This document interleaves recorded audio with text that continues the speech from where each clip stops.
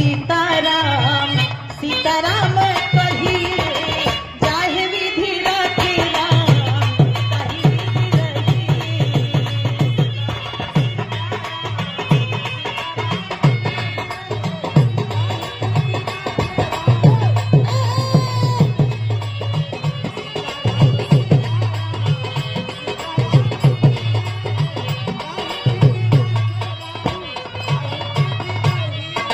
गुरुजी आप जब आ जाला तो हमके लगेला कि एकदम कोनो प्राण देवे वाला आदमी, जैसे प्राण लेवे वाले लोग आवा ना वैसे प्राण देवे वाला आप होगा।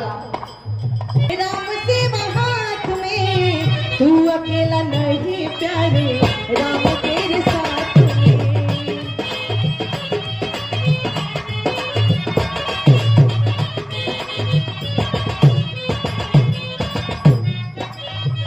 मुख में हो राम नाम, राम से हाथ में तू अकेला नहीं प्यारे राम तेरे साथ में।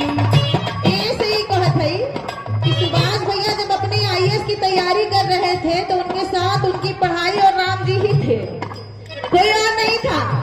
मुख में हो राम नाम, राम से हाथ में तू अकेला नहीं प्यारे राम तेरे साथ में।